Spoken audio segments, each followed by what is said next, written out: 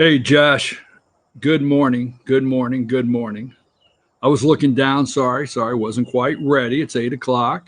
Hey, I'm your host, BKP. Good morning from the office. We're North Georgia's only live online morning show.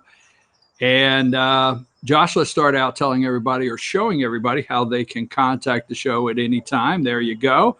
Right there. Now the backdrop is not the lighting is not washed out the backdrop. We had a hard rain here last night, and got a lot of fog down in the valley. So that's what you're seeing. Let's start with this. How about this? Let me see. How does this come through? There you go. Right. How does that come through? Okay. Just checking. Just what? Bam. I should have said it. Bam. Like this. Bam. Let me try that one more time. That's it. Oh, it's like giving me a fidget spinner. Anyhow, I'm your host, BKP. Good morning from the office. So the president is going to, and let's start here this morning because we are actually going to look at things in a different way. All right. I am so concerned. I'm looking first day of school, a lot of first day of school out there, pictures. I want to tell you, I really enjoy. I go through Facebook and I really enjoy seeing your kids' first day of school pictures. I really do. I love those. It also says to me, when I see a kid first day of school and then I see the one that says kindergarten, I love that. A friend of mine yesterday posted a picture of him and his son at school, first day of school. And I just love the kindergarten. He's a great little guy. He will come by the office every once in a while, just a wonderful little boy. And I see the kid and I think, wow, now we're going to give this kid to the government. I'm sorry, I won't start that now. But the president of the United States is going down to El Paso, right? He's going down to El Paso. Let's pull up some pics this morning. And Josh, if you're ready, let's go with, Trump to visit El Paso. This is number 32.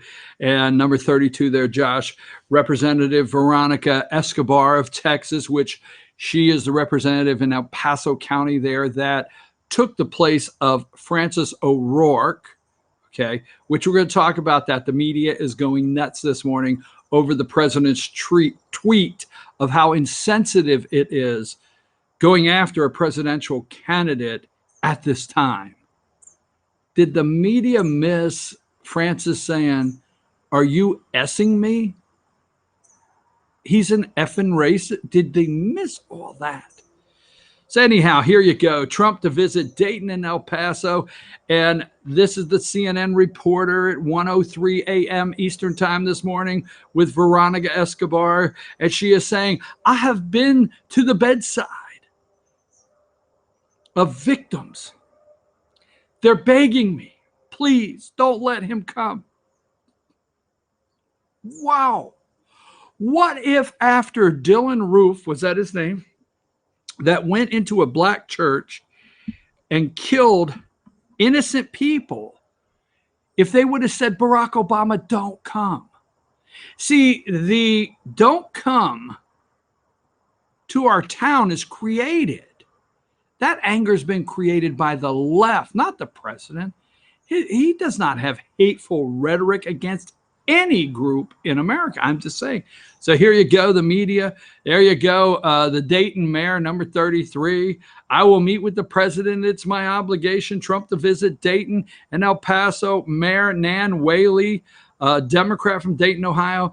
Hey, come out and protest the president. Tell him how you feel. Let me go to another one really quick. Number 34. There's Veronica again, telling CNN reporters, I cannot find. This is the narrative this morning. America, 2 states that the president of the United States won in the last election, Ohio and Texas. The media is not reporting, don't come and visit, Mr. President. They are encouraging it. They are facilitating it. They are the ones saying, don't come, Mr. President. Really, you get up and think to yourself, this is the United States of America. I tell you what, Gavin Newsom, was that his name? Whatever. You know, when the president went out there about the forest fires, California had no problem asking for money. None of these states or these representatives have any problem of going to the president of the United States and say, please, can you send money? Can you send resources to help? But don't come. Wow.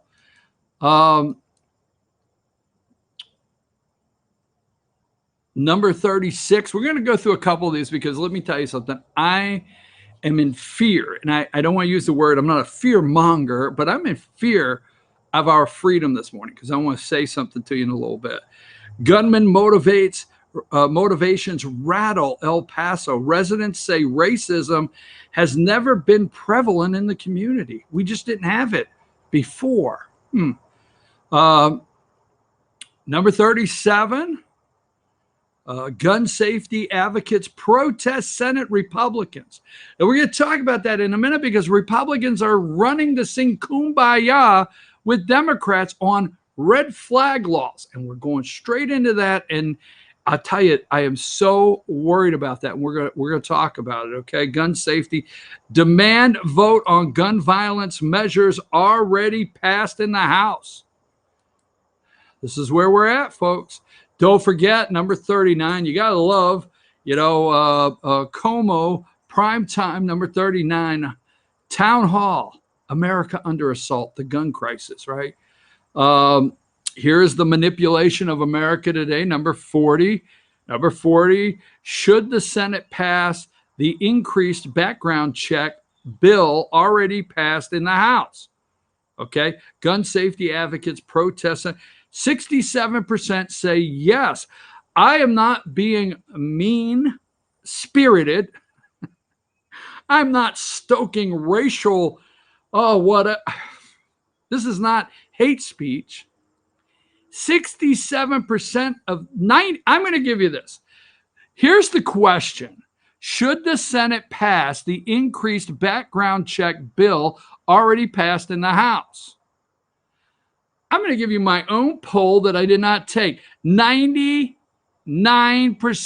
of America do not have any idea, not a damn idea, whatever.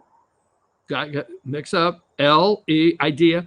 They don't have, nobody knows what's in it. Hello. Yes, I'll take a poll. Yes. Should the Senate pass the increased background check bill already passed in the House? Well, damn it, I've not read a word of it, but I think they should. I have no idea what's in it, but they should pass it. I don't know what it does to my freedom, but pass that damn bill immediately. That's my opinion. Really? Come on. Really? Okay, so moving right along, I'm going to get a couple more because we got I've got some things I want to get into immediately this morning. So there is number 10, GOP Representative Michael R. Turner of Dayton backs assault weapon ban magazine limits. Now they brought in MSNBC Al Sharpton, number 11. And I'm going to show you a couple pictures of Al in MSNBC this morning. Trump precedes El Paso trip by feuding with O'Rourke. So we'll show you the text. This is what's going on.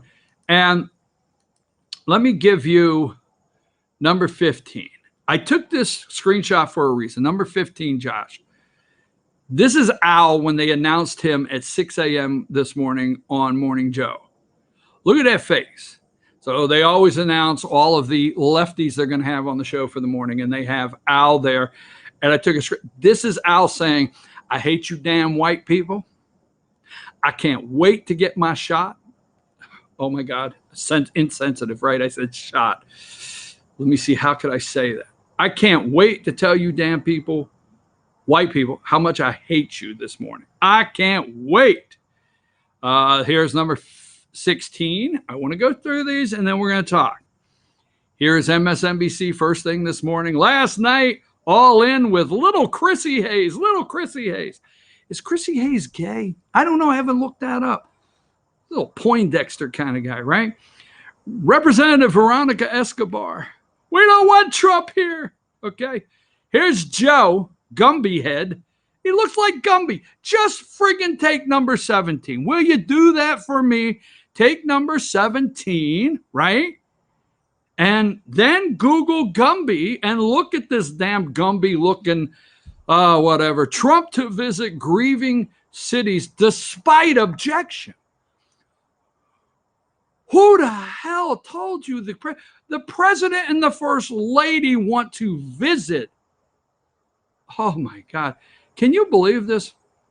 President travels to El Paso and Dayton in wake of mass shooting, but it's an objection.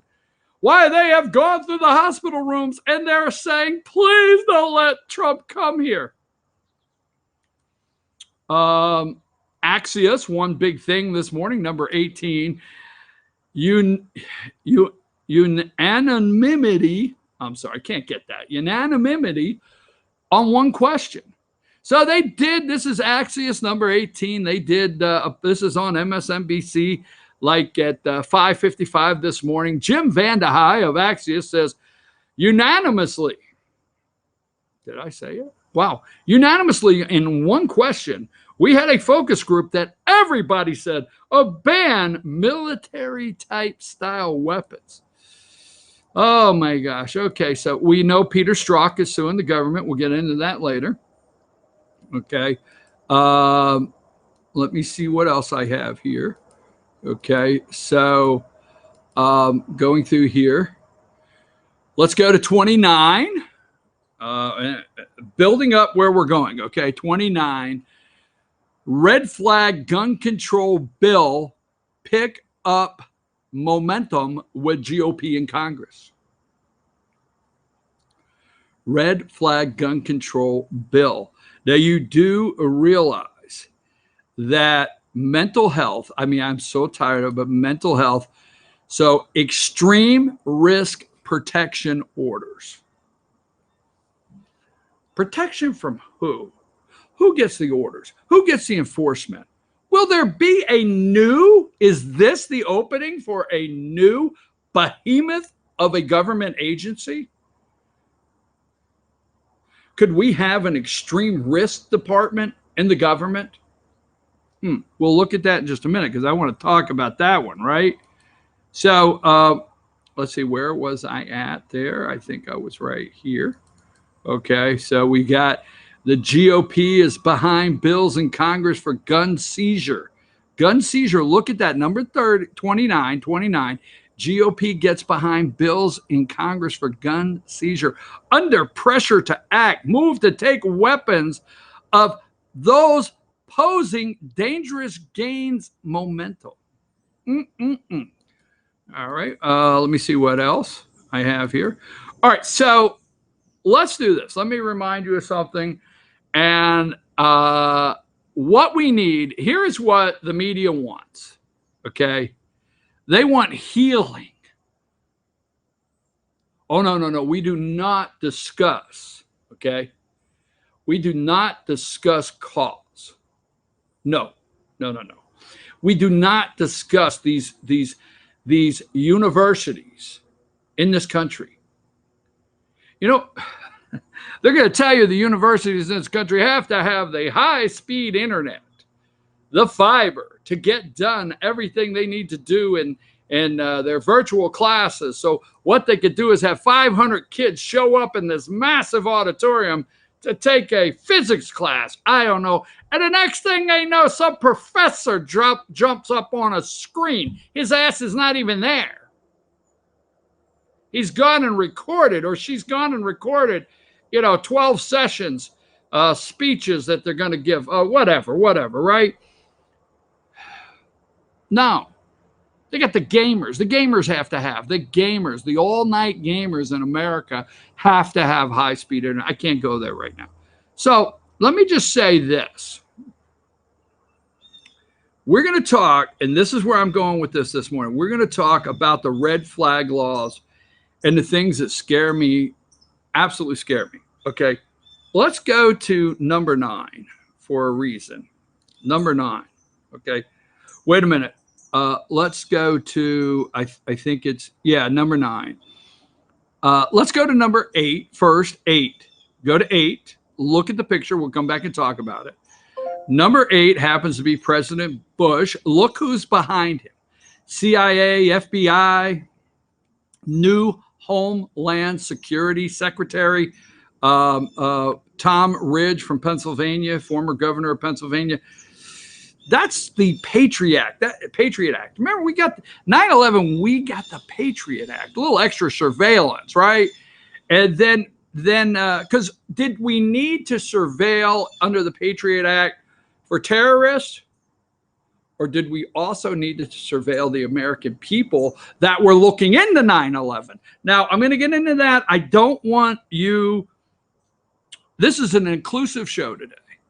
Why? Sure. Gays, transgenders, any whack job in America can tune in today. This is a very inclusive show, okay?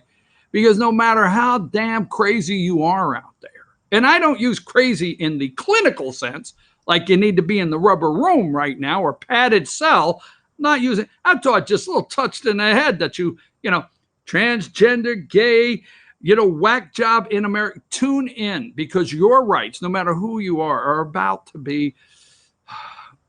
Let's go there. All right. So we got number 8. This is when we got the Patriot Act. Let's go back to number 9. Okay. Let me just say something here. The United States Department of Homeland Security.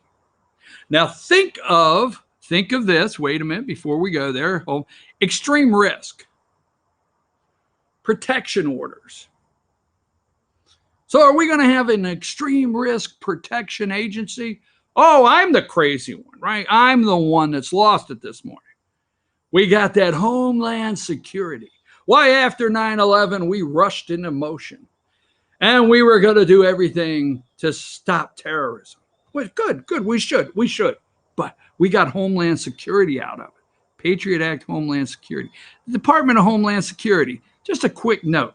The United States Department of Homeland Security, a cabinet department in the U.S. federal government, was created November 2002 in response to September 11th. Now, I know what you may be saying. Well, wait a minute. How are you looking at September 11th? Were you not upset that over 3,000 Americans were killed with planes, not military-style weapons? I got them all on Facebook. Cain killed Abel with a rock. God didn't get rid of rocks. I got it all. Everything that has 3,000 Americans, planes, whatever. Homeland Security was created.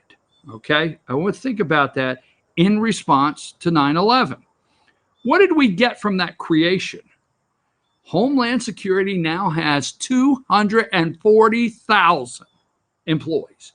240,000 employees, and an annual budget of $48 billion. Whoa. Could we have not put our security concerns in? Could we have not cleaned up the FBI, the CIA? Could we not cleaned up our intelligence, all of our intelligence departments in this country, and moved all these concerns into there and accomplished the same thing? I don't know. But all I know is 9/11 happened. And all I know is we created a department. And all I know is whether you know it or not, I'm going to tell you, this is a really intrusive with the Patriot Act, really intrusive into our freedom. Okay. And we ended up with 240,000 employees. How about that for job creation? And then a $48 billion budget, Homeland Security. So are they acting out of emotion? Are they taking advantage of a situation? Are they not letting a crisis go to waste? And they're going to create this red flag, extreme protection department. And next thing you know, hey, your kids that just went off to kindergarten, they're going to graduate and they're going to have a red flag extreme protection department that's going to have 150,000 employees and a $50 billion. I don't know. What say you? Oh, the government. Oh, you got to love them, right? Take a break, Josh. Now, when we get back, you need to prepare yourself.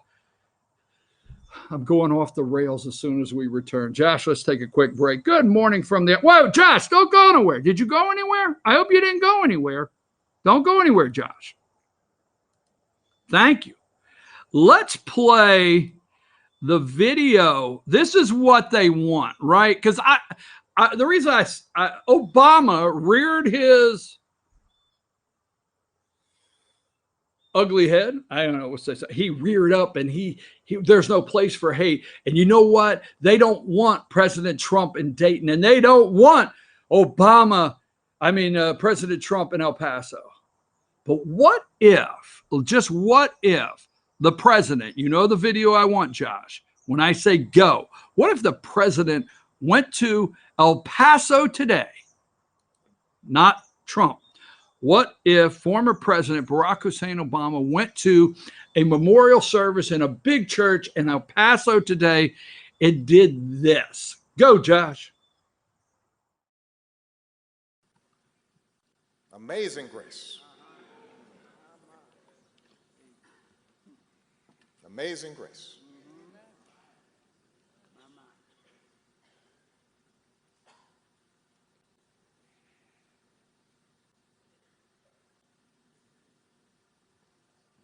Amazing grace, how sweet the sound that saved a wretch like me. I once was lost,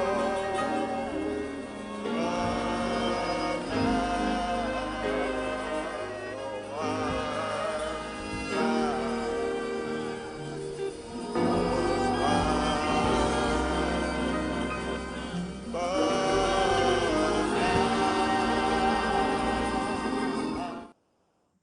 There you go. Just think, man. That's the healing we're looking for in this country. I had to do it because the media said it this morning. Remember when Barack Obama sang Amazing Grace?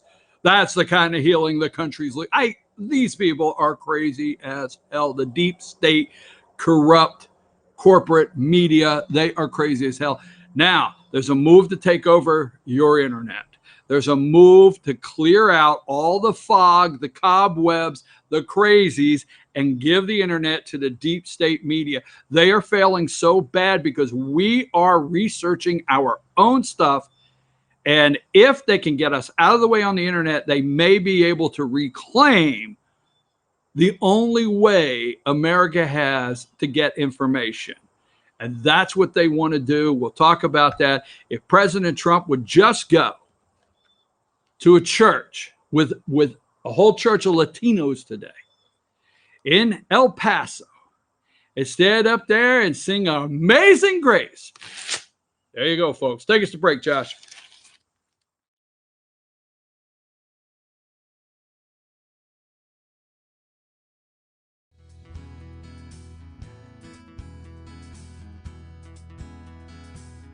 Hello, my name is Chad Watkins. I'm the manager at Larry's Body Shop. We are a family-owned and operated business and have been serving the North Georgia area since 1978. We are located at 1216 Progress Road in Ellijay, Georgia. Our shop specializes in collision repair and we work with all major insurance companies. Larry's Body Shop is ICAR Gold, the highest role of training recognized by the collision repair industry. It is estimated that only 10% of collision shops meet these standards. Our shop consists of state-of-the-art equipment such as laser measurement system, down-drive spray booth, spot and MIG welding equipment. All of our paints are mixed on site so that we can guarantee your paint to match every time. I know that having an accident can be a stressful event. We take pride in making sure our customers are satisfied with the repair of their vehicles. Our waiting area is clean and comfortable with free Wi-Fi and refreshing beverages. So if you're in an accident, stop by and see us at Larry's Body Shop.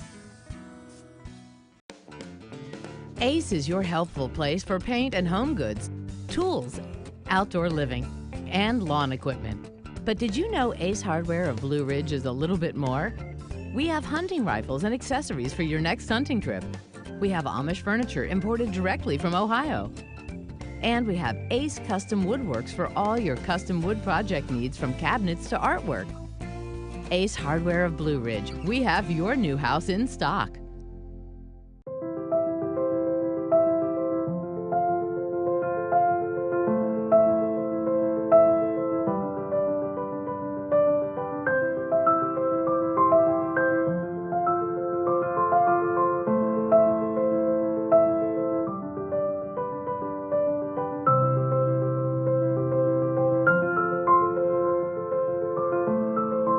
North Georgia Diamond is your source for diamonds in North Georgia.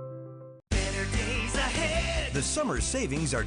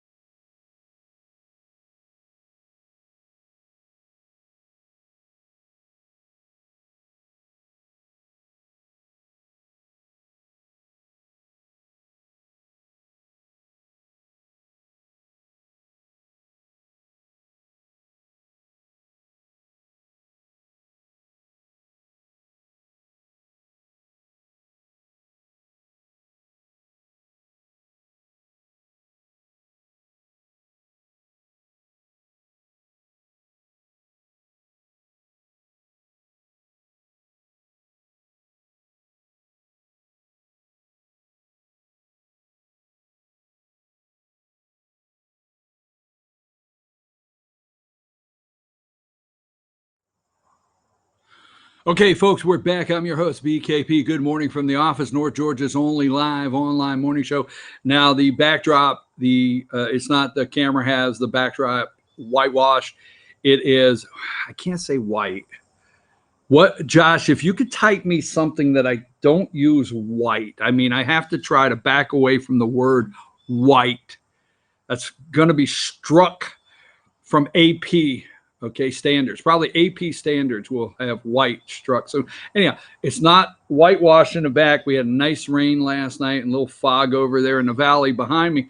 Now, let me say, Josh, let's tell everybody how they can reach the show at any time to agree, disagree. Tell me whatever you want. Right there it is. You can always contact me and say, hey, I like it, I don't like it, or you're crazy as hell. I'll take it. Okay, Josh. Now, it's a little different direction in the next 30 minutes, okay? We have a special for you at 9 o'clock. And I love the way we're what I call mixing up this show. We have special guests on the All-Star panel this week. We have a special guest doctor coming in. It's going to be amazing. I mean, we're always mixing some things up on the show. Now, I have a question. Let's just say this. Do you know, let's go to number 7, Josh. Do you know what 8chan is? Now, stay with me on this because I'm going to have a point. Do you know what 8chan is? Do you? Okay. Let's see. Do you know what you guys out there, have you heard of number 6, QAnon, right? Have you heard of QAnon? Q, you hear it as Q, okay?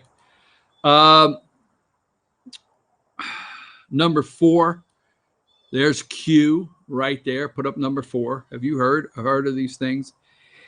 I thought I had pictures and I may not. Let me see here. Maybe I don't, but Q 8chan and and let's say this. Okay. So 8chan, go back to the picture of 8chan. You know which one that is? Number 7. So 8chan has been taken down. Okay. It's a back channel. It's a back channel. And there's the creator and the owner. Now, the guy that created 8chan, I don't know where I put his picture this morning. I thought I had it. He is the creator of 8chan. Okay, let me get to it. Is Frederick Brennan. So Frederick Brennan created 8chan. The guy that he got out of it in 2015. The guy that operates the message board or the open board of 8chan is Jim Watkins. And Jim Watkins put out a 7-minute video yesterday. And he says 8chan is an empty piece of paper for writing on. It was shut down. There's 1 million members of 8chan. The owner of 8chan, the operator, Jim Watkins, says the manifesto for the shooter in El Paso, he did not upload it. Now, the media is leading you to believe, and I'm going to say I don't know what the total facts are on this, but the media is leading you to believe that this deep, dark recesses, when you hear that, okay, deep, dark recesses of the internet, the media is leading you to believe that 8chan, now I will tell you, I've been on 8chan, okay? I have read the message board. So because I've been on there, I'm probably on some list. But I try to keep up with a little bit. I've read QAnon. I try to keep up with a little bit of everything that's happening so I can stay connected on what's going on. But according to the operator, Jim Watkins, the shooter, the El Paso shooter, did not upload his manifesto to 8chan, okay? It was not uploaded, according to Jim Watkins, to 8chan until after the media uploaded it to the world. So I was able to go on Drudge. You remember this dreadful, ugly day in our nation's history, it just is, that 22 people were shot and killed at a Walmart in El Paso. Immediately, I was able to go on the Drudge Report, and it said manifesto. It was posted. It was published. Okay? The media ran with it. I mean, just minutes after the shooting occurred. An hour later, this manifesto appeared. Now, Jim Watkins, the operator of 8chan, says that the manifesto was not uploaded until after the shooting on 8chan. He says 8chan is an empty piece of paper. It's just an empty piece of paper for people to write on, and there's 1 million members. Now, I want you to know that I'm not here advocating today. I'm going to say a lot of things in the next 30 minutes. I'm not advocating. I'm going to leave it up to you. I'm not going to help you decide this issue. I want you to decide this issue. In fact, Red Lady in a Blue State, you know I love you. You're great out there because I got a note. I always say, hey, here's your homework. You guys go do the research. I only have 2 hours a day. And I got a message from Red Lady in a Blue State. Here's my homework for the day. And I love it. Thank you very much out there. You are the research department out there. Yes, you are. So let's go with this video for a minute. Okay. And this is a CBS News video. Josh, do you know what I'm talking about? 8chan scrambles to get back online. Let's play that one, Josh, until I say come back to me, okay?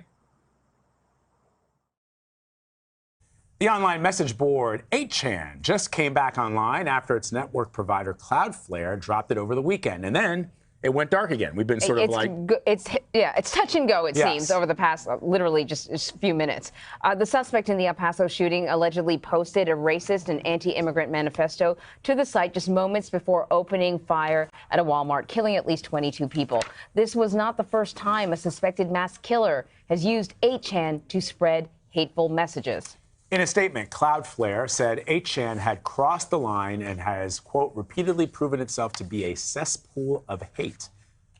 On Monday, 8chan announced Canadian cybersecurity company BitMitigate would be the forum's new provider. However, BitMitigate is now facing pushback from its server provider.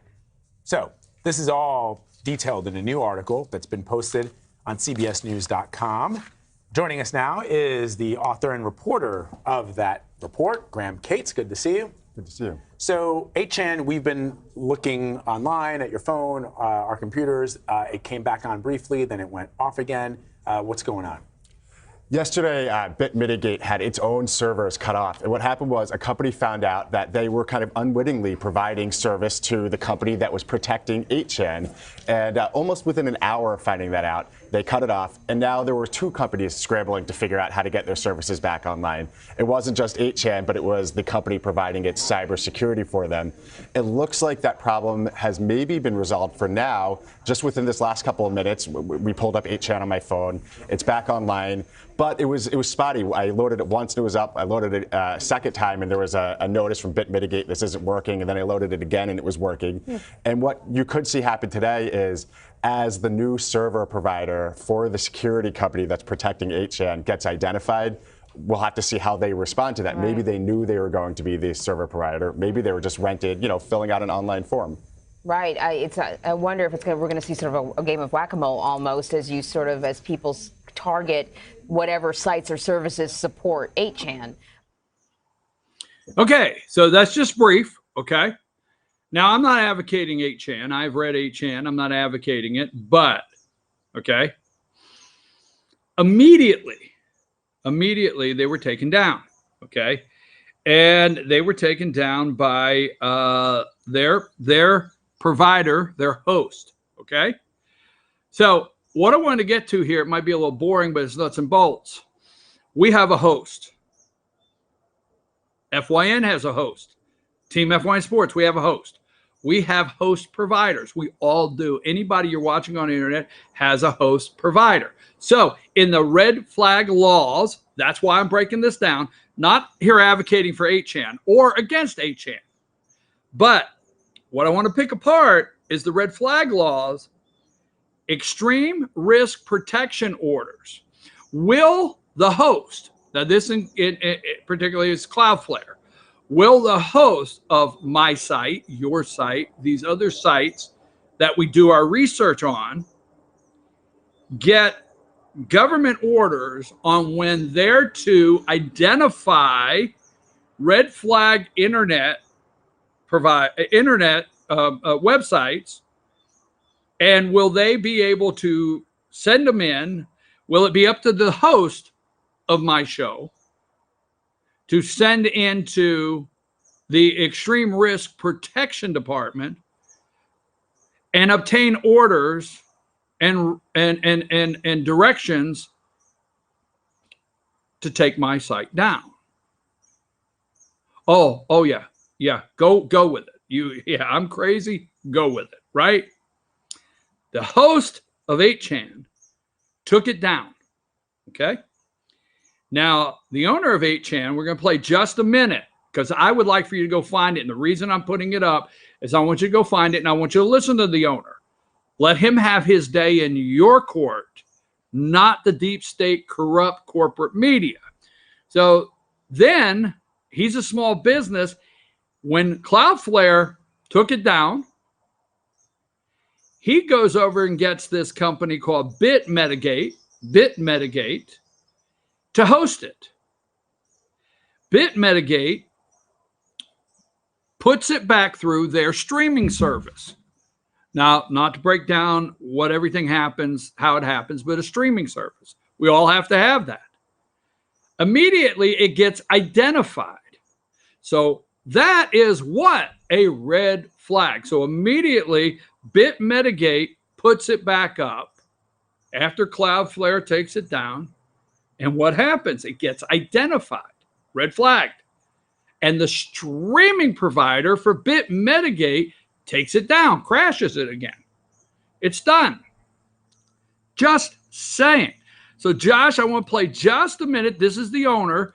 And stay with me, folks. This is worth it because I'm going to give you some more information this morning that we got to pay attention to. All right? BKP's on there. He is going to support every conspiracy theory this morning he can. No, I'm supporting your right to freedom of research, not freedom of speech, freedom of research, the internet. Why the deep state, corrupt corporate media is angry with us is we don't need them. They have to create their usefulness. This is a way to do it, to take things down, and it's not going to stop. You have, what did you have? Yesterday, headlines. Tech companies are prepared to help any way they can. Why? They're going to do everything to identify. The word identify is red flag, folks. They're going to do everything they can to identify white nationalists. If one of them right now is watching this show, how would they identify me? Red flag me. All right. So this is the owner. I'm just saying, yesterday, look at that. You and I do not need the deep state, corrupt corporate media. We are able to go and research. That's why they're angry. We're bypassing them. That's why they're angry. Trump's talking directly to us. What happens when, do you not realize all of these tweets that they hate from the president of the United States, as soon as they can pass something, they're going to say, hey, that's hate speech, maybe even take our president's tweets down that talk to us. Look at the tweet he put out about the squad that Nancy Pelosi named. Remember, don't forget, Nancy Pelosi named those 4 idiots the squad. Trump puts out a tweet and immediately they get the racist stamp and put on it, white nationalist stamp, white supremacist, everything. So this is the owner of 8chan. Just a minute, and it's 7 minutes long. We're not going to play 7 minutes, okay? And Josh, I want you to remember where it's at when I say stop, because I might go back to it a little more. I'm playing it for a reason. I would like for you to just go and take your research time and look at this video. So Josh, go to that next video, the last one we have today.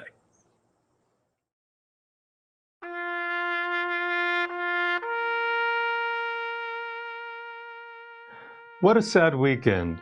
I just finished watching the President of the United States give his condolences to the families of the victims of the El Paso Walmart shooting and the Dayton, Ohio shooting. It is a tragedy for those families. It is a tragedy for Mexico and the United States of America. It is indeed such a sad day and time in the history of the world.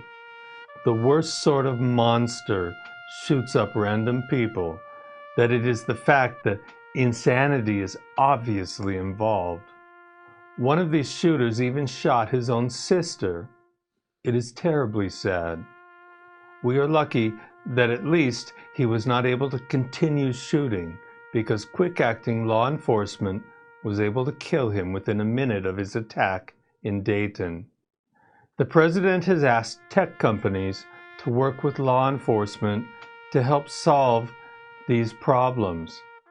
My company takes a firm stand in helping law enforcement, and within minutes of these 2 tragedies, we were working with FBI agents to find out what information we could to help in their investigations. Our company has always worked with law enforcement to help them with their investigations. We have never protected illegal speech, as it seems that we have been accused by some less than credible journalists. We have responded with both vigor and integrity every single time that a threat of violence has been posted and information for it has been requested by law enforcement. I'm aware this is not protected speech, and I employ full-time staff who have a sole responsibility to service these requests made by law enforcement. In May, my company was mentioned in congressional testimony. We are not such a large company, and the assistant director of the FBI, Michael McGarrity, had not heard of us, so he was unable to respond to questions about us. However, we did immediately compile all FBI requests and dispositions of them and make that available to him. immediately after that request was made. So it needs to be states that we are in compliance with the law. We have always been aggressively forthcoming to help law enforcement of it. There are about 1 million users of 8chan. 8chan is an empty piece of paper for writing on. It is disturbing to me that it can be so easily shut down. Over the weekend, the domain name service for 8chan was abruptly terminated by the provider Cloudflare. Some people may applaud that decision. It was made by one of their founders. According to his Twitter profile, he is a recovering lawyer. They are a private company and, of course, have a right to stop doing business with me. Likely this is because of their intended and soon-to-happen IPO. Calling 8ch.net lawless by design, he decided to terminate us. This is, of course, an untrue statement. He did terminate us, though, so it becomes time to find a new home. Think of 8chan as a large community of 1 million people that are now looking for a home.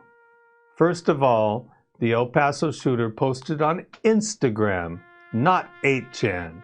Later, someone uploaded a manifesto. However, that manifesto was not uploaded by the Walmart shooter.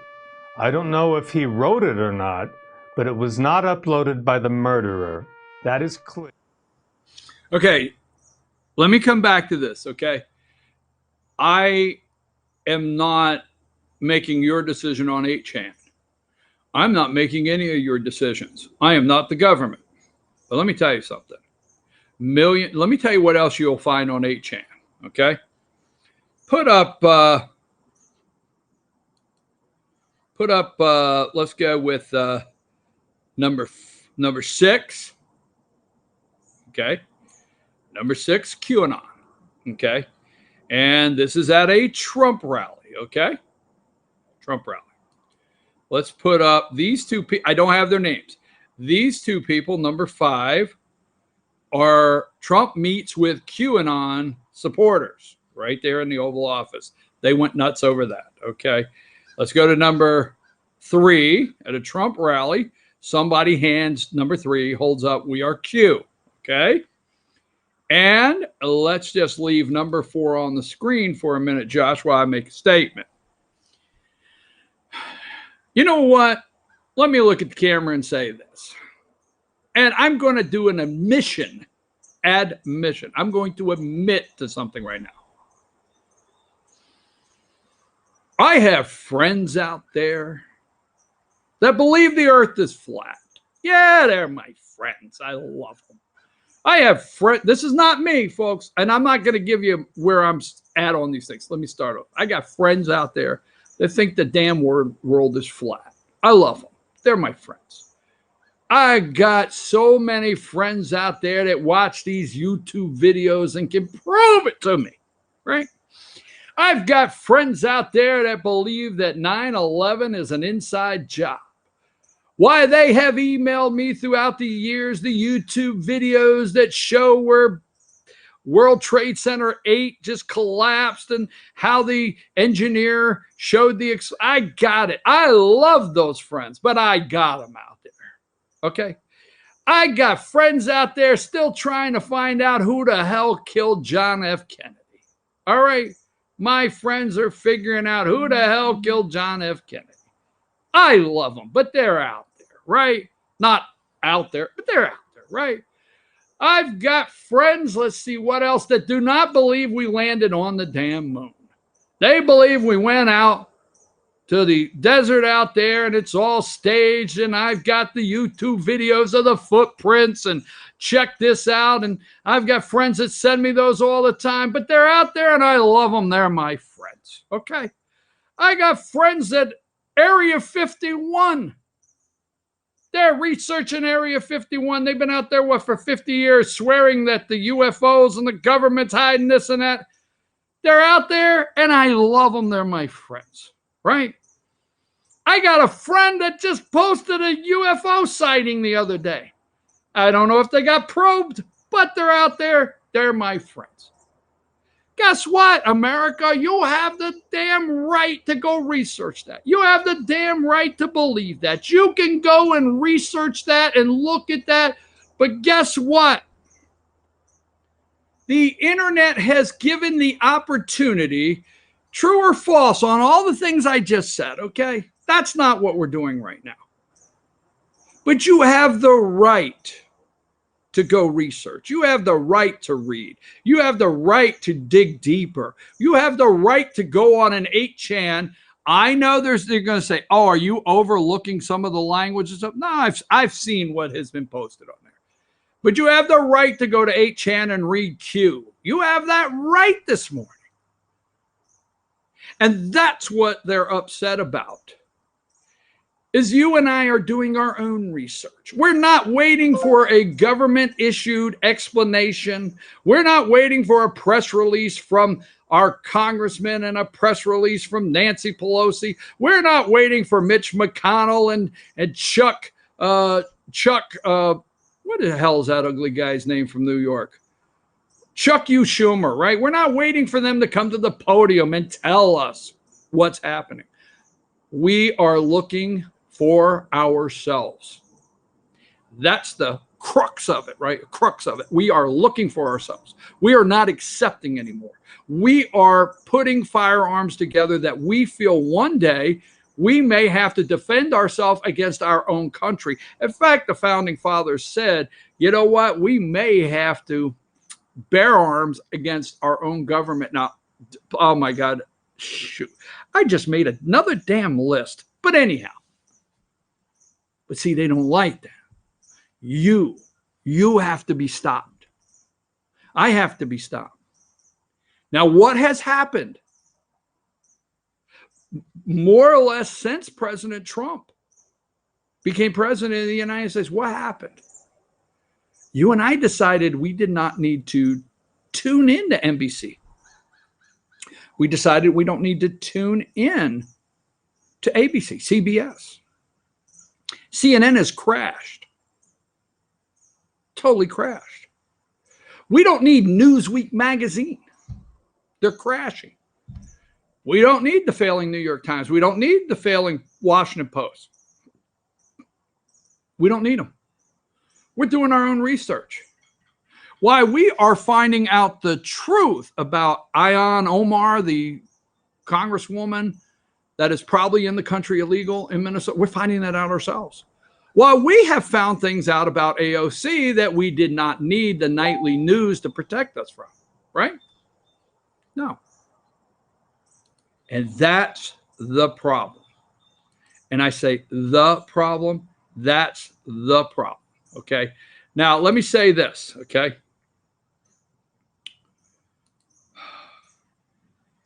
Red flag. I've got to go to break here in about 3 minutes. So let me say this. Red flag laws. Will the internet host providers be incorporated into red flag laws? Will streaming providers be incorporated? What will an extreme risk protection order look like? Will there be guidelines for web hosting companies, streaming providers of those web hosting companies for red flags? You and I are a red flag, folks. You need to realize.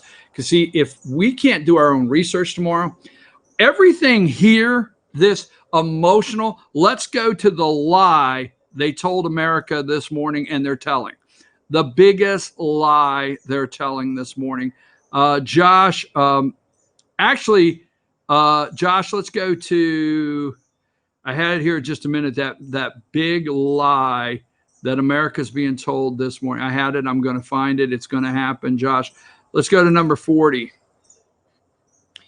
Here's the lie you're being told. Number 40, 67% of Americans should the Senate pass an increased background check bill already passed by the House. 67% say yes. I'm going to tell you 98% of Americans don't know what the hell's in any of these pieces of legislation. They're acting out of emotion, playing on your emotion. Remember Homeland Security after 9/11? Now 240,000 government employees.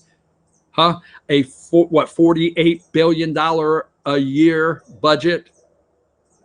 They're playing on your emotions. Change this lie into the truth and say, are you ready for red flag laws? Let's do the poll. I don't have the money. I'd love to do a major poll across this country and say, hey, if you could stop what the media calls gun violence, but we have to filter your internet searches and you're limited to only certain places to go, what would you do? What? We already know the algorithms. We already know when you type certain things in on Hillary and stuff that they are not providing the search information you're looking for. Be careful, America. You are the red flag. Your search. Whatever the hell you want to look at this morning. Flat Earth, 9/11, moon landing, QAnon, I don't care. But you're the red flag and you're the risk. And see if they can stop what we are doing and what we are looking in. And as we look deeper into things, then what? If you go to the internet and you only have CNN's website, MSNBC, or websites that pass the filters put in place to monitor what we get, well, there you go. The government's intention is to totally, to me, totally control us. Number 26, let's just back down the real quick because we're closing up. Number 27, see MSNBC, they did it this morning. That's why I'm bringing it up. They're wanting to scare you. Founder and owner of website linked to shooting. Linked to shooting. Speak out.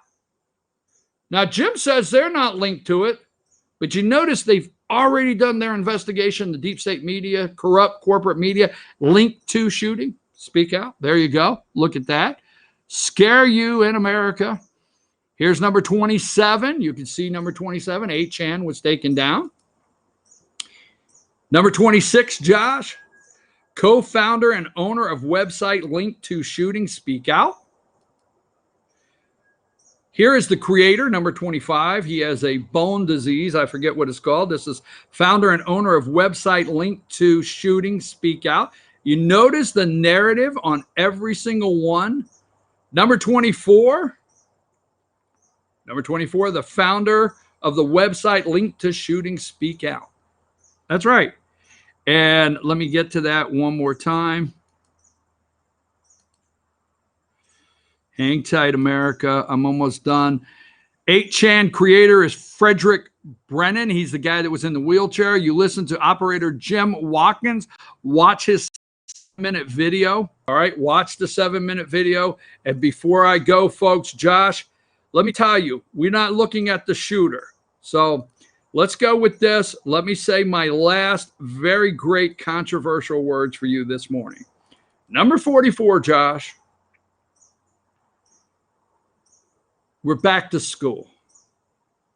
Absorb 5-year-old kid walking in the school, coming out 18 with a high school diploma and probably his certifications that clear him mentally, him or her mentally, to own a firearm. Oh, that's going to be done in school. Okay. Scares the daylights out of me. Let's go to this.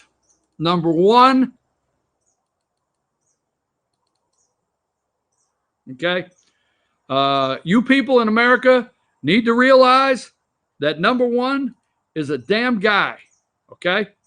That's a damn guy. Okay.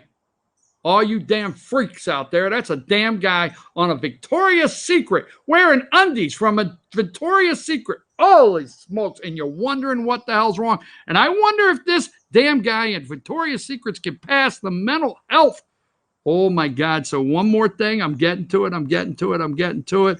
Number 2, this is a nice little kid that has decided to, that's a boy, then it's a girl. Oh my God, bada bing, bada boom. All right.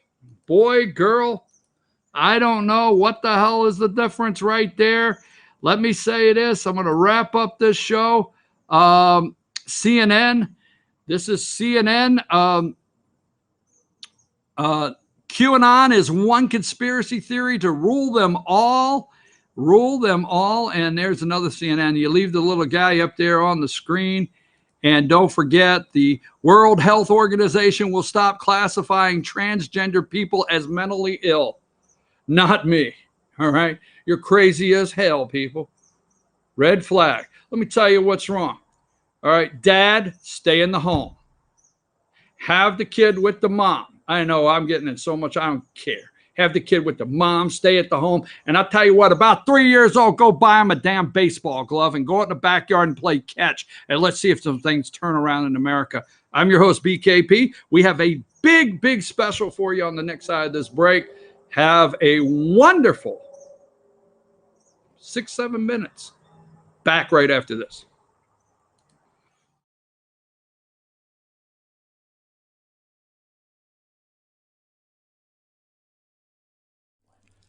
In 1981, Reed Nicholson began selling tires out of an old barn in Mineral Bluff. Little did he know that he had just laid the groundwork for the most trusted names in automotive services in the Blue Ridge area. In 1997, Nicholson Tire Center became what it is today, holding the same values of faith, family, and great customer service. 2 locations to serve you, and the Blue Ridge location is currently expanding to offer fast service and the largest U-Haul provider in Georgia. Nicholson Tire Center, Blue Ridge, and Mineral Bluff. Hi, I'm Rhonda the Mattress Lady, and this is my husband Gary, owners of Mattress Overstocked in Ella-J next to Walmart. And we want to earn your business. From the time you walk in our door to the time we deliver your new mattress to your door, you will see the difference. Our selection and prices are the best in North Georgia, and customer service is our top priority. So y'all come on in and let us help you find the right mattress at the right price. That's Mattress Overstocked in Ella-J next to Walmart. Circuit World, with multiple locations to serve you in Murphy and Franklin, North Carolina, Blairsville, Blue Ridge, and Ella-J, Georgia. Locally owned and operated since 1985. Appliances, electronics, and furniture. Name brand products like LG, Samsung, Dell, Whirlpool, Ashley, Catnapper, and more. No credit check, only 10% down on furniture, and only $10 down on any new lease purchase. Mention FYN10 for your special deal today at Circuit World. Do you feel like healthcare has become too impersonal? 3 times an hour, I'll get you in, I'll get you out. At Lifetime Medical Center, you're more than a number. We get to know you, not just your medical issues. Dr. Alana Kent is board certified in family practice and offers same-day appointments. She and her staff treat conditions from minor to chronic issues. Lifetime Medical Center, convenient to Jasper and Blue Ridge. This may sting a little.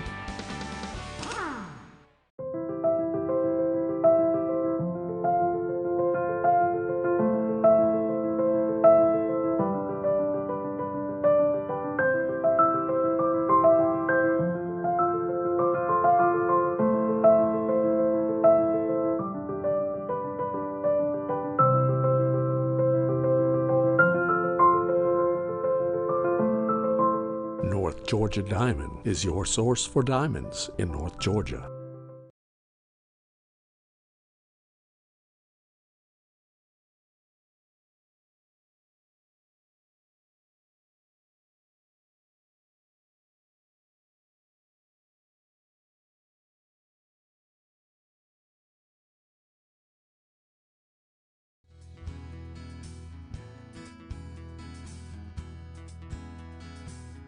Hello, my name is Chad Watkins. I'm the manager at Larry's Body Shop. We are a family-owned and operated business and have been serving the North Georgia area since 1978.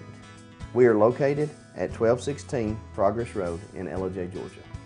Our shop specializes in collision repair, and we work with all major insurance companies.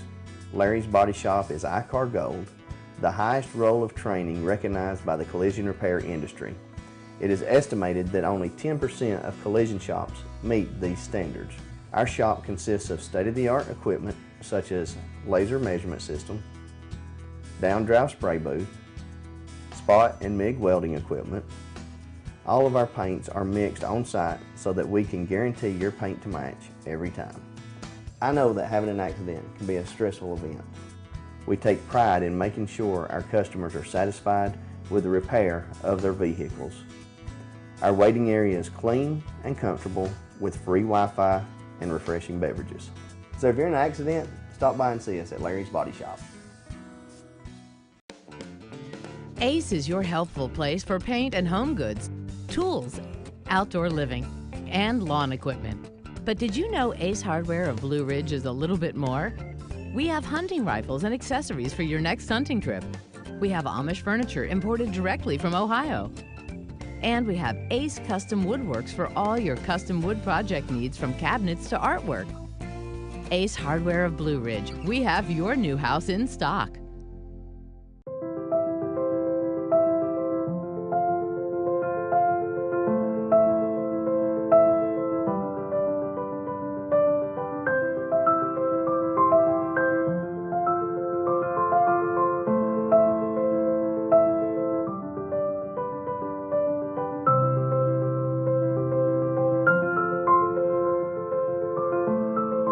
North Georgia Diamond is your source for diamonds in North Georgia.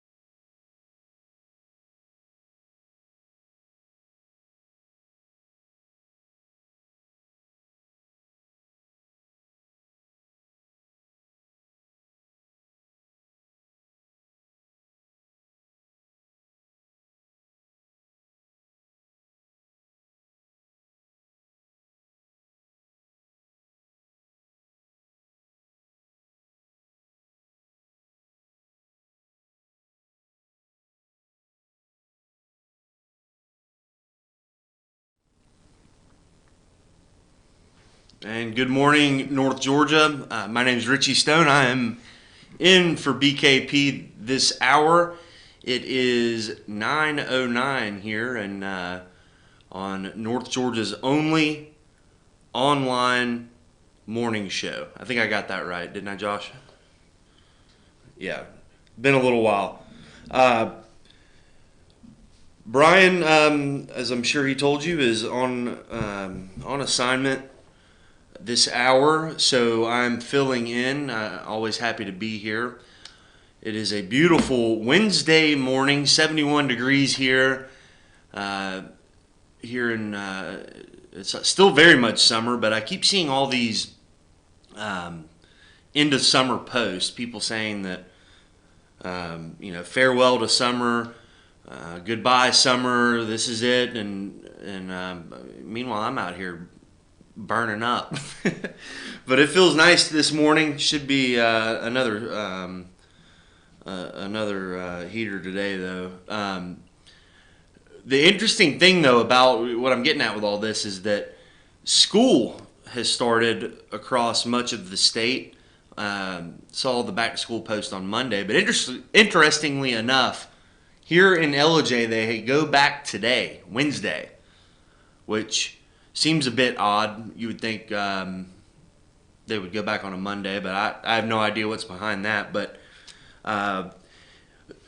what's the date? Today is what, the 7th? Yeah, August 7th here on my planner. I can't ever remember going back to school that early. Josh, you said you grew up here, right? Yeah, I grew up here. Did you guys always go back to school this early?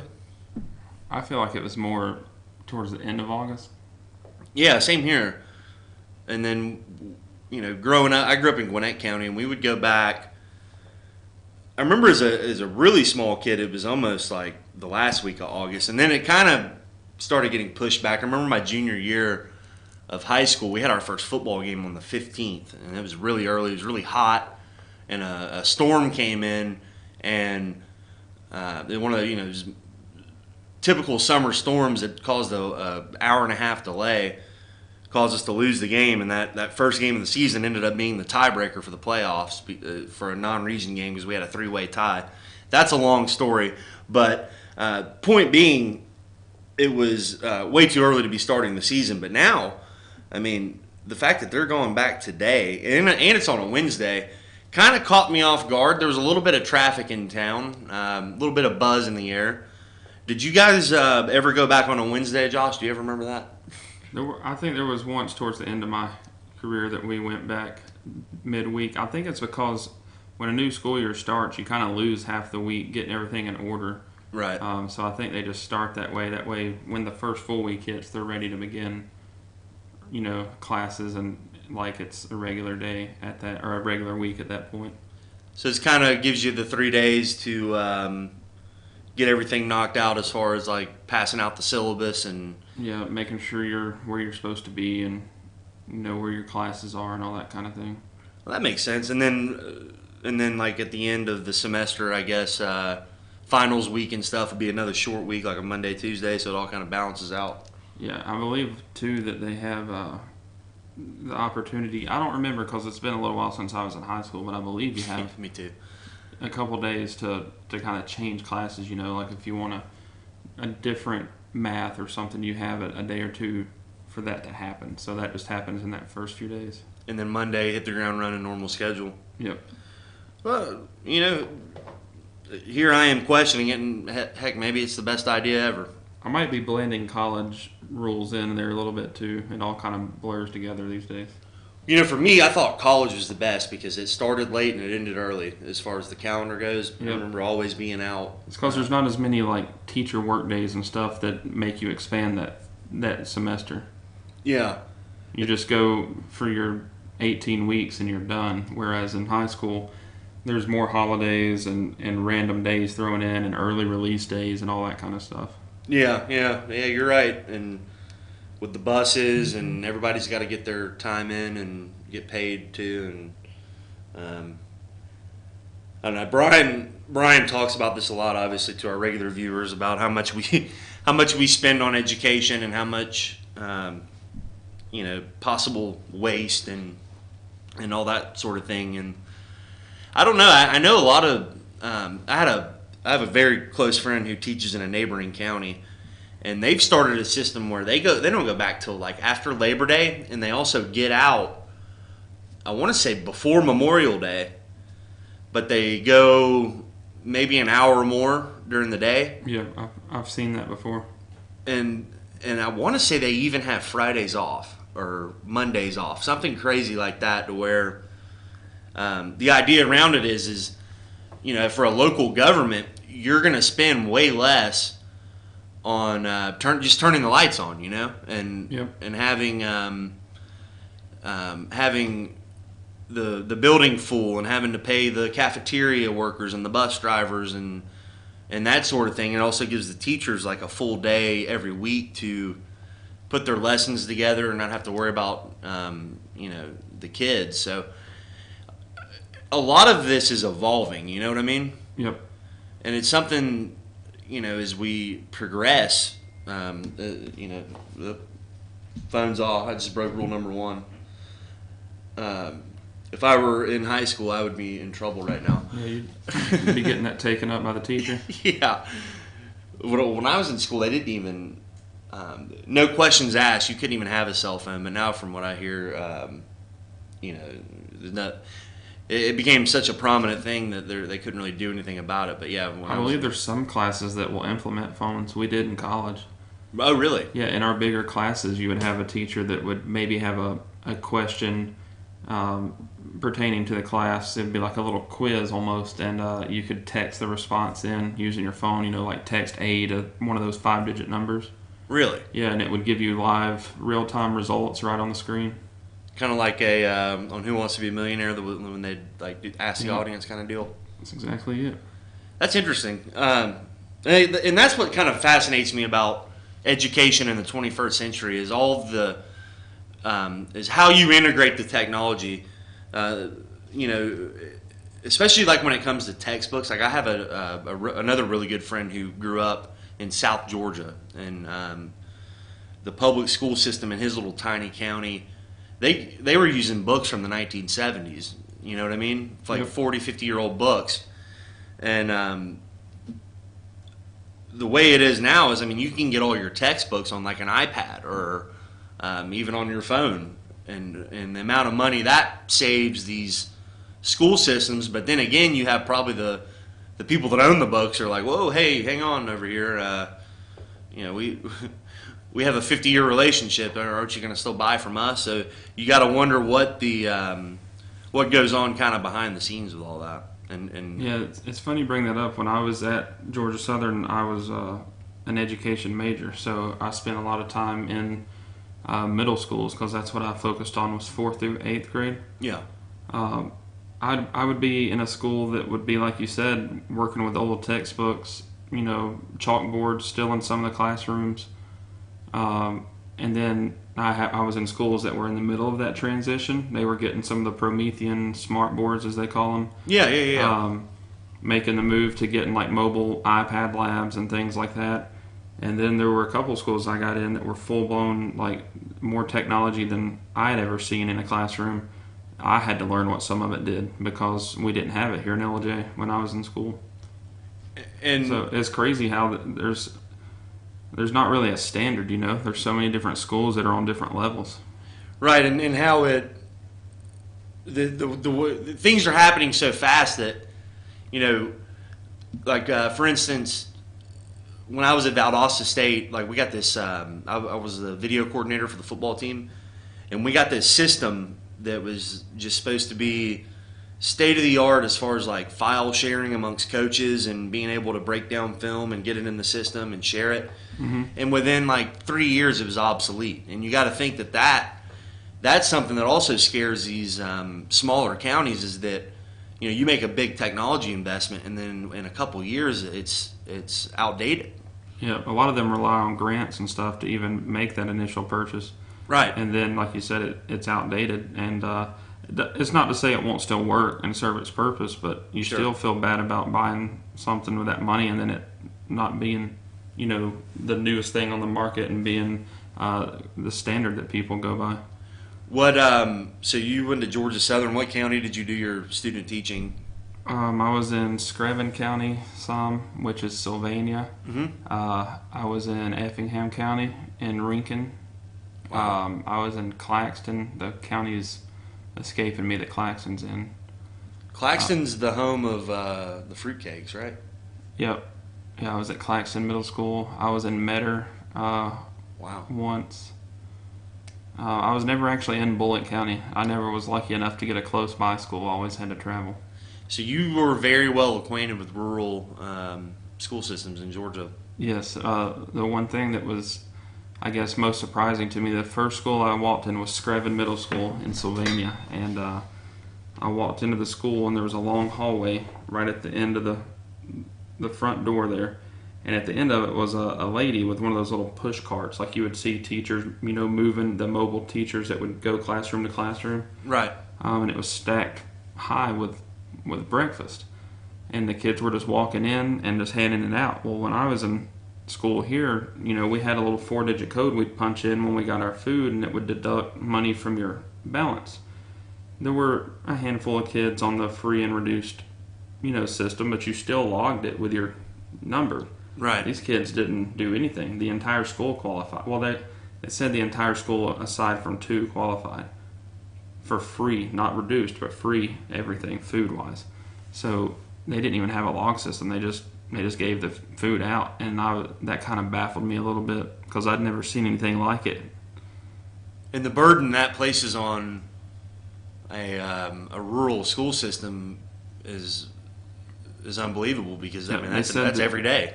Sometimes the only good meal a kid gets is the one they get at school, and that was extremely true for that area. Yeah. So, I don't know. It surprised me because, like I said, I had never seen anything like that before. And then my first day in there, I'm seeing every kid's getting free food. And that's also something that, kind of to that point, that was a bit of a shock to me when I went and lived in South Georgia.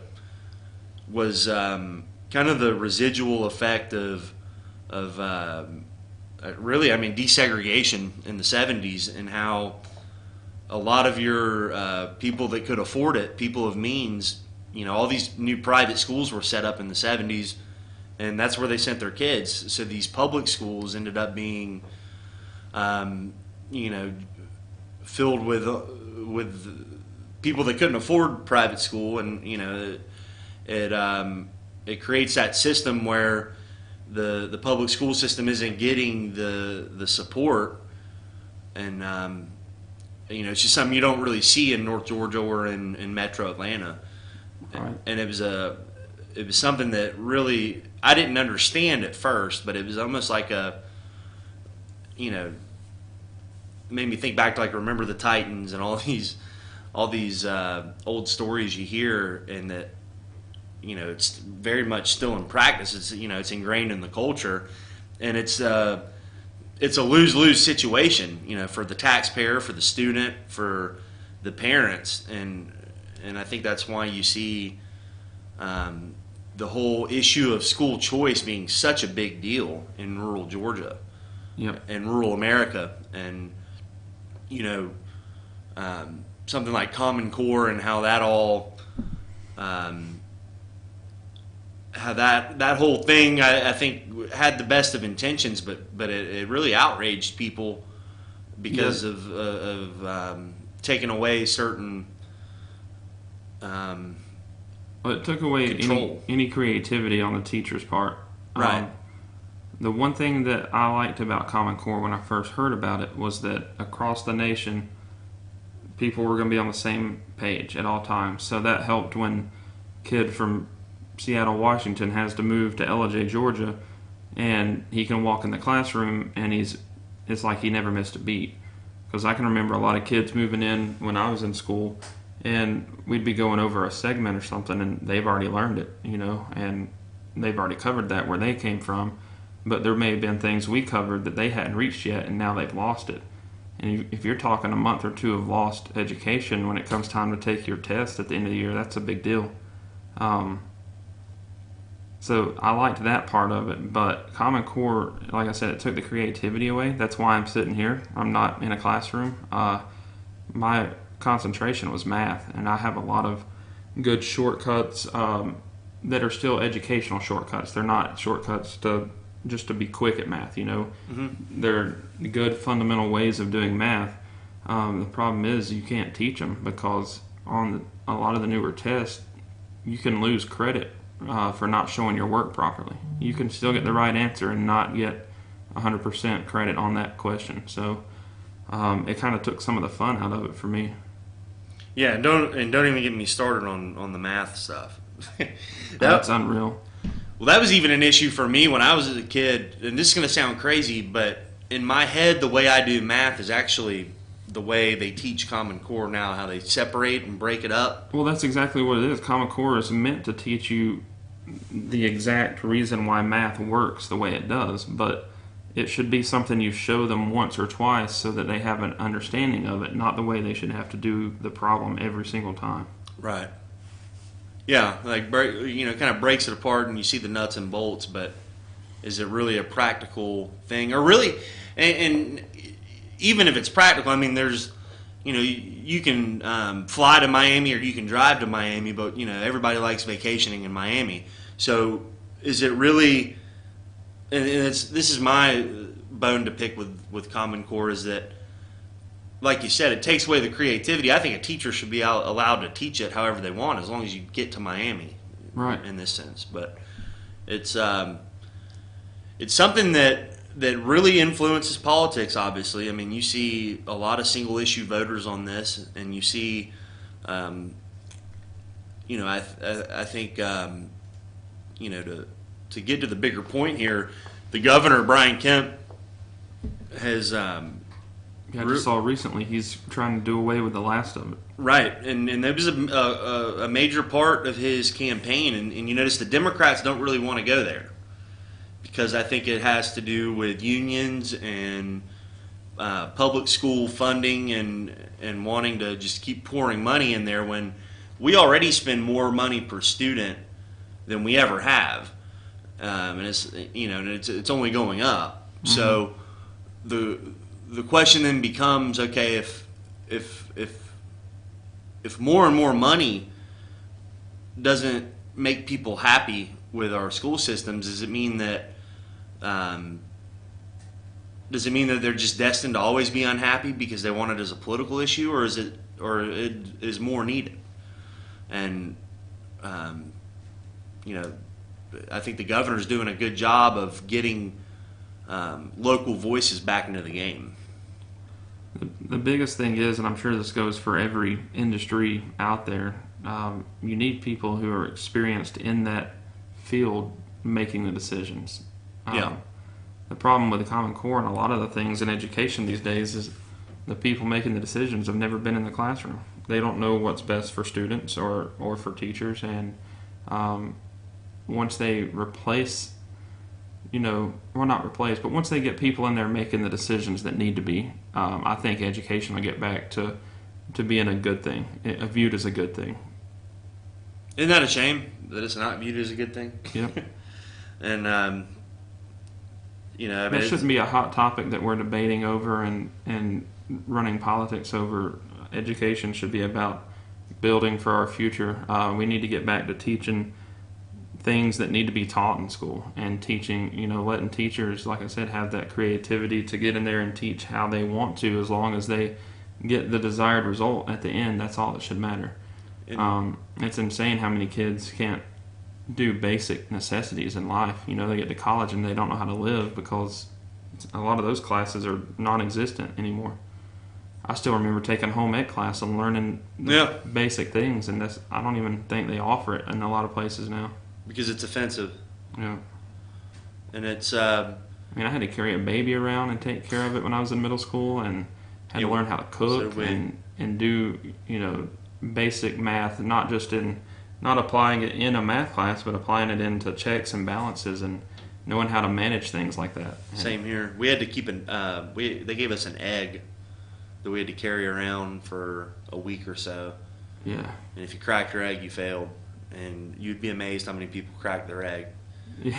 And how many people went home and got another egg and tried to pass it off as the original one. Yeah, mine was a little more advanced. Mine was a little mechanical baby that would just randomly cry, and you had to put a key in its back and turn it to get it to stop. Oh, really? Yeah. So did you have the key with you, or? Yeah, you kept it with you, and it recorded how much time the baby was unhappy and how quick you responded. And you had to keep it for 24 hours. So, thankfully mine didn't cry in the middle of the night, but I had a good kid. Yeah. He was well behaved. Yeah. I did a good job raising him. Yeah. Well, I'd love to know what he's doing now. But relaying this to, I know this is going to be an interesting segue here. We're going to take a break in a second, but One of the central figures of education and the desegregation of schools in the 70s was Alabama Governor George Wallace. I'm sure many of you have heard his name. Democrat, ran for president as an independent, although he was still very much a Democrat. He ran a couple times, won 4 states in 1968, including Georgia, running on the school issue. And in 1972, ran again, got shot, was a paraplegic for the rest of his life, but that didn't deter him, and he remained governor. His wife ran for governor, became governor when he couldn't run, and then he ran again in the 80s. And essentially, the guy was in charge of Alabama for like 35 years. He's remembered for being a racist, because quite frankly, he was. And whenever you hear his name brought up by Democrats today, they talk about him as if he wasn't one of them. You know, Joe Biden recently caught a lot of flack for saying that he worked alongside segregationist Democrats and that he would compromise with them. And it's something that, it's on camera. I mean, there's pictures of him with Robert Byrd, or even some of the Georgians who were considered segregationists. And to hear it today, though, listening to CNN on the way in, they gave us a quote. They said, of course, Jim Sciutto, who pretends to be a straight news anchor, although he was a intelligence guy for the Obama administration. Pretty unbiased guy, right? He was previewing the speech that the former Vice President Biden will be making today, and saying that he gave a direct quote, and of course CNN's all fired up for this because they think this is their chance yet again to take down Trump. His quote was, "Our current president has more in common with George Wallace than George Washington." Now think about that. When they say Trump is stoking divisiveness, stoking racial tensions, whatever, think about that quote I just read and ask yourself, who's really doing the stoking? Who's really trying to divide people? Who's really acting excited right now when tragedy happens because they think this is their shot in the arm to get their political momentum going? It's kind of sad, but we're going to get into it after the break. It's 2 past the bottom of the hour here in LJ. You're watching FYN TV. I am Richie Stone in for BKP this hour. This is Good Morning from the office. Take us a break.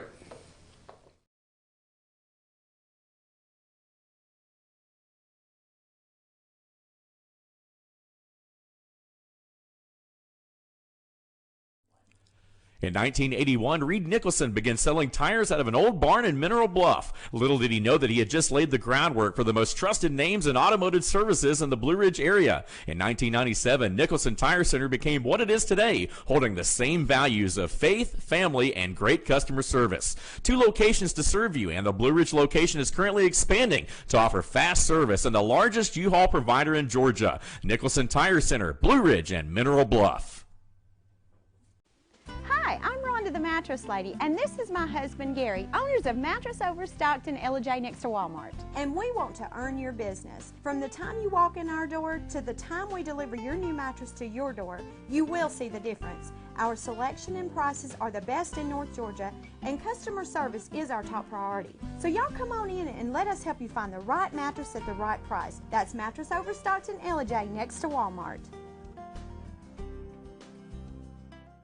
Circuit World, with multiple locations to serve you in Murphy and Franklin, North Carolina, Blairsville, Blue Ridge, and Ellijay, Georgia. Locally owned and operated since 1985. Appliances, electronics, and furniture. Name brand products like LG, Samsung, Dell, Whirlpool, Ashley, Catnapper, and more. No credit check, only 10% down on furniture, and only $10 down on any new lease purchase. Mention FYN10 for your special deal today at Circuit World.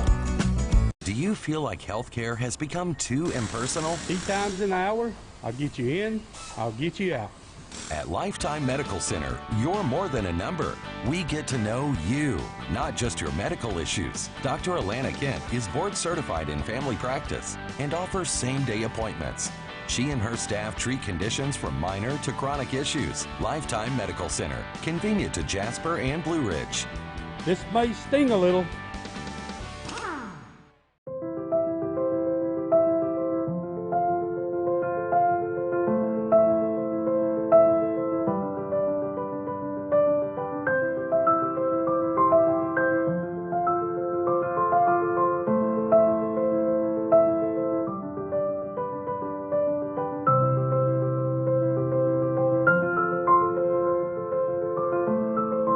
North Georgia Diamond is your source for diamonds in North Georgia.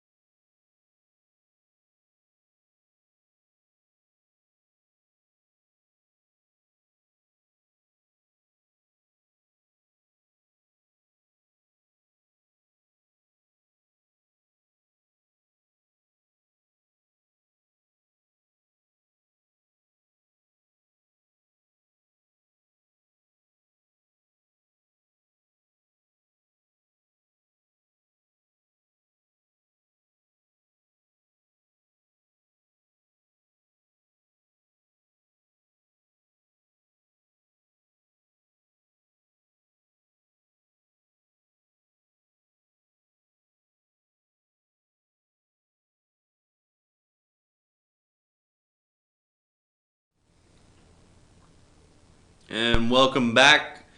I'm Richie Stone in for BKP this hour. He is on assignment. It is 9:39 here in beautiful Ellijay, Georgia. So I'm not sure if you guys heard, but there were 2 shootings this past weekend. One in El Paso and one in Dayton, Ohio. Obviously, a little sarcasm there. Of course, you've heard about the shootings. It's all we've heard about. And as day follows the night, within 12 hours, we had Democrats saying that it was the president's fault. And by Monday, it was, people who voted for him's fault. And by today,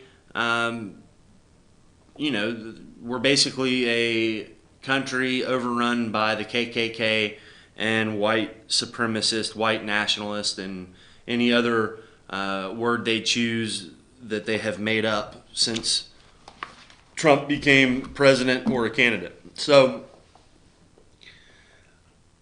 the issue's been beat to death, and we've gotten in this situation where no matter what, whenever something like this happens, it becomes about gun control or red flag laws or background checks, or my personal favorite, the gun show loophole, which every time someone says there's a gun show loophole, you can pretty much guarantee they've never been to a gun show and tried to buy a gun.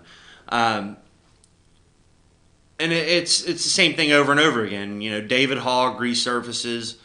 I think he's up at Harvard. Interesting how he was able to parlay tragedy into a first-class education.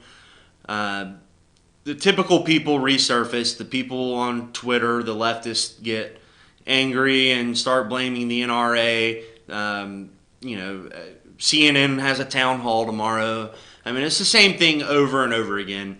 You see the mainstream media, the drive-bys, as Rush calls them, you see them show up on site ready to get any kind of story they can of a victim or show heartbreaking graphic pictures just to make people sad. I mean, it sounds crazy, but if you know how this industry works, it's you want eyes on the TV, you want to attract viewers, and of course CNN needs them badly right now because their ratings have fallen off a cliff. So this scenario happens where it's almost like these people are happy about it, and it's sad, it's devastating to see how whenever a tragedy strikes, the side of the political aisle that sees it as an opportunity is what always kind of befuddled me about the left and the right when I was coming up and didn't really I didn't really know which way I leaned politically and how I would be as an adult. And that's one thing that has always stuck with me, and we saw it before. We saw it when Obama was president with whatever shooting would happen or tragedy, and how immediately the left would turn it into like their cause, and they would use it to make people think that gun owners were bad people. And even with the war in Iraq and Afghanistan, which I didn't personally agree with, especially toward the end, but the way they would use the deaths of soldiers to go after Bush and everything that entailed. So seeing it now, fast forward to today, and what we're seeing with CNN, MSNBC, the Sunday shows, which I'm sure Brian got into on Monday, but having Beto O'Rourke, who lost to Ted Cruz, quit the Congress, no longer a representative of El Paso, quit the Congress because he thought he was going to be a senator. He obviously lost, and he's Mr. Cool, says the F word on stage and skateboards and all this, and decided to run for president, which most people think he has no shot, which of course we've all learned never to say no, never say someone has no shot. But he was in Vegas on Saturday, and as the news broke, they went straight to him in Vegas, and his eyes lit up, and you know, I'm not going to say it was phony, but you know, it was like his big opportunity to act and get his name relevant again. And some of the things he said, neo-Nazis and white supremacy, and that anyone who supports Trump, suggesting that anyone who supports the president is that way. And then last night, Don Lemon on CNN was basically making the point that if someone, he was talking to John Kasich, old 1 for 52 Kasich, said that they made the point that, okay, well, if you talk about the economy, you're just ignoring that we have a country full of KKK members, which I've never even seen a KKK person except on Jerry Springer. Neo-Nazis, I've only seen neo-Nazis on MSNBC, ironically enough, on that show on the weekends, the prison show. So, you know, they love to present things in a manner that put a wedge, especially in Trump's base.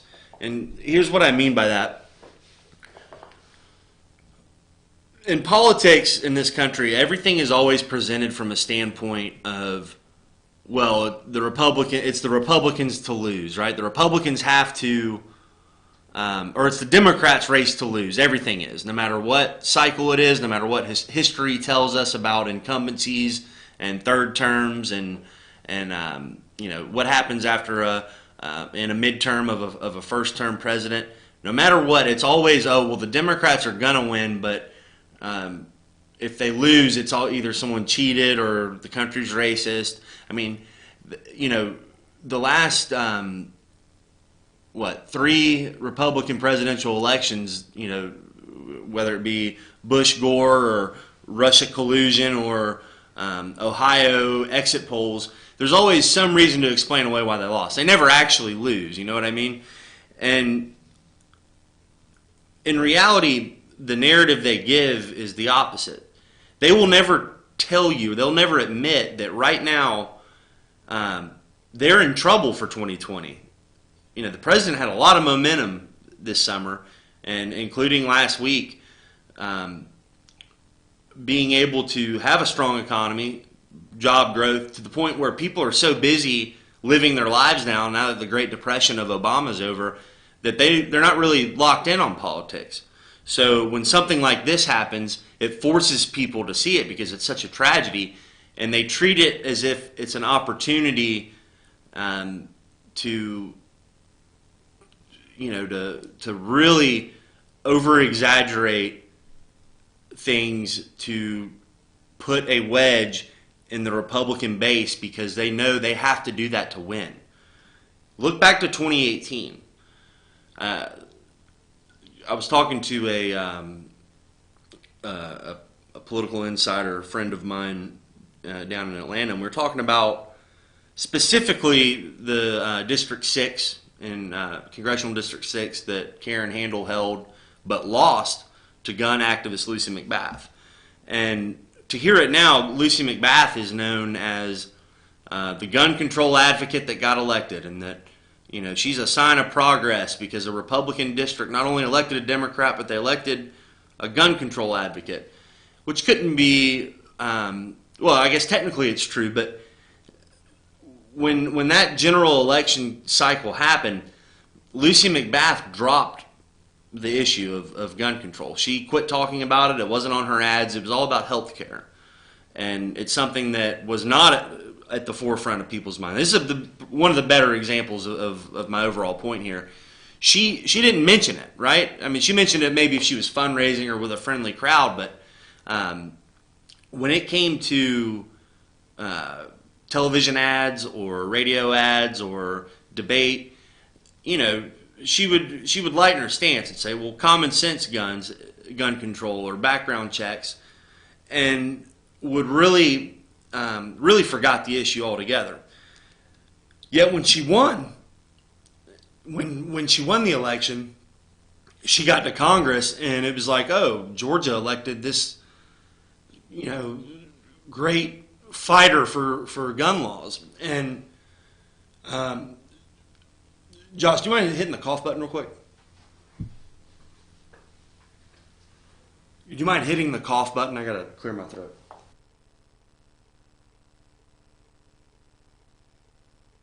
Got a little froggy there. I don't get to talk. I don't get to do this much anymore, so I got to build up the stamina.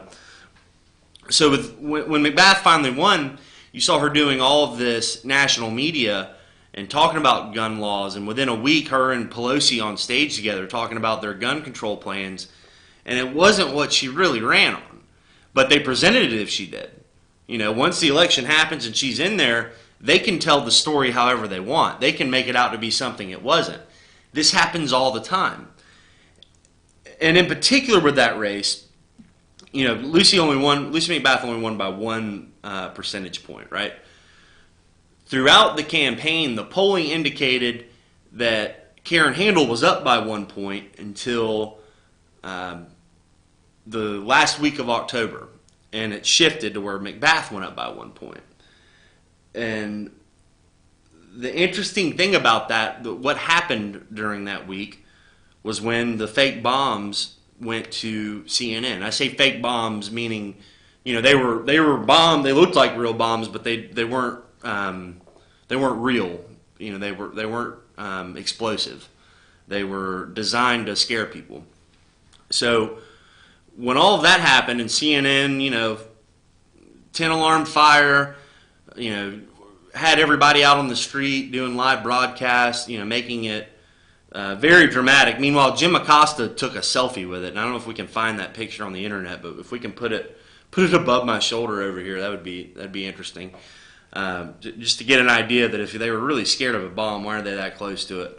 But that issue drove a wedge within the Republican Party. Right before the midterm elections, that issue was able to get more moderate Republicans to say to themselves, you know what, I don't want to be associated with some guy with Trump stickers all over his van. I don't want to be associated with white nationalism or whatever far right conspiracy theory they're floating about the country and about the people who voted for Donald Trump.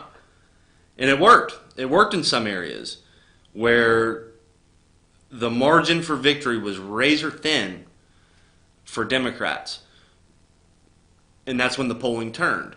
So you got to wonder, now that we have this in El Paso and Dayton, Ohio, you got to wonder if they're not thinking in their minds that they have the same opportunity to do that, to just push and make, because, we're here almost a week later, and it's still leading the news there. They still have people on location in both areas. And, now the story is, I saw the Chiron on CNN today, Trump not welcome in El Paso.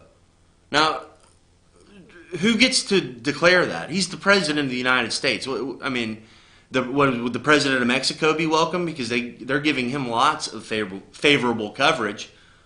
I saw a headline that said Mexican president strikes back at Trump, and it's like they're on his side here. They don't want to acknowledge anything that he does, and even when he decried he went out there the other day and gave his speech and said all the necessary things that they want him to say, and guess what? It wasn't enough. It never is enough.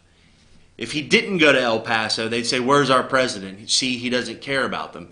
It's heads I win, tails you lose with them. And it's just so frustrating because it's obvious that they want to use tragedy, like the old Bill Clinton quote, I think it was, never let a good tragedy go to waste, where they want to divide the base going into 2020, get people on board with the left, and do things in the name of safety or do things in the name of togetherness. I mean, you even have Obama come out, and this is this is hilarious to me. Every time he chimes in, which I think I can count 6 or 7 times he's chimed in on something. Notice they always preface it with, well, he rarely, President Obama, who rarely adds his opinion, or President Obama issued a statement, which is rare for him. No, it's not rare. It happens all the time. I mean, we're getting to the point where it's like actually a pretty regular thing where he chimes in on things, but they always it's almost like they're told to say that, which they are, because I think it's on a teleprompter, but that's neither here nor there. So within hours, we knew a lot about the El Paso shooter. He traveled a long way. It was racially motivated. The guy was obviously a sick individual, and if proven guilty, I hope they execute him in Texas, and I think that's the plan.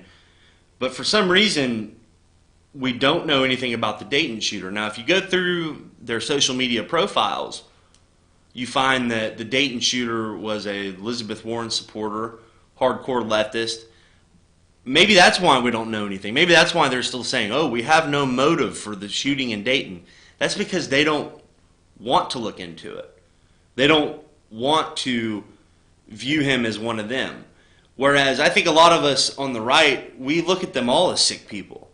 They're all messed up. It's all part of a bigger problem.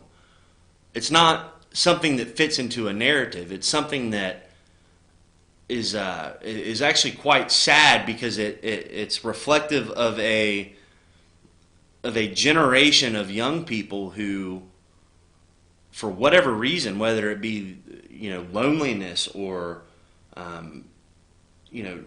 not being able to succeed in life, not being able to feel like they're part of something, whether it be because of the way our culture has so quickly evolved into a social media fantasy world where you don't really have any human contact with people, to where you're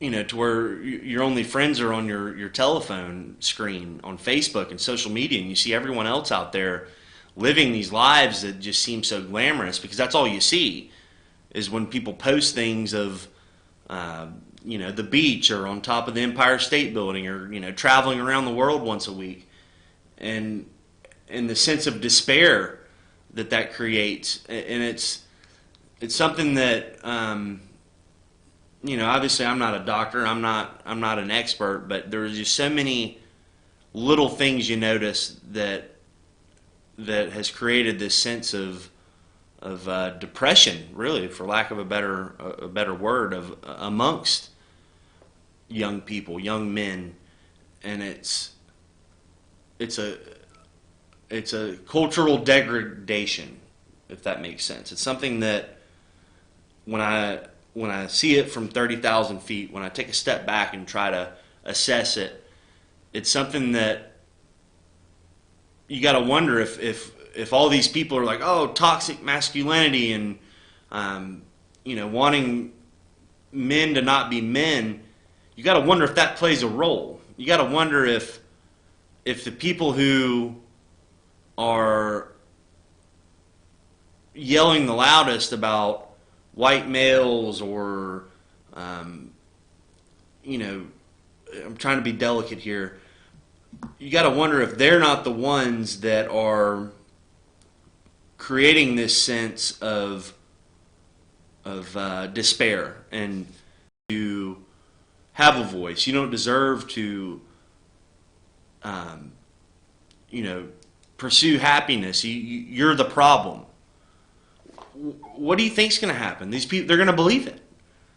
And I mean, like I said before, I'm not going to pretend to be an expert on it, but it's sad to me how these political narratives and these cultural narratives that have been created in the name of political narrative, in the name of progress, and creating these catchphrases and slogans in order to reach a political end, whether it be after a tragedy or whether it be on a campus, a college campus, a high school campus now, because all those kids that were in college are now teachers, the ones that chose to stay in it. that you got to wonder what effect that has on society, and you got to wonder if we can't just be normal anymore. But that's going to do it for me. We are approaching the top of the hour. It's been good being with you this hour. I'm Richie Stone, in for BKP. I hope you guys have a good one, and I'll see you when I see you.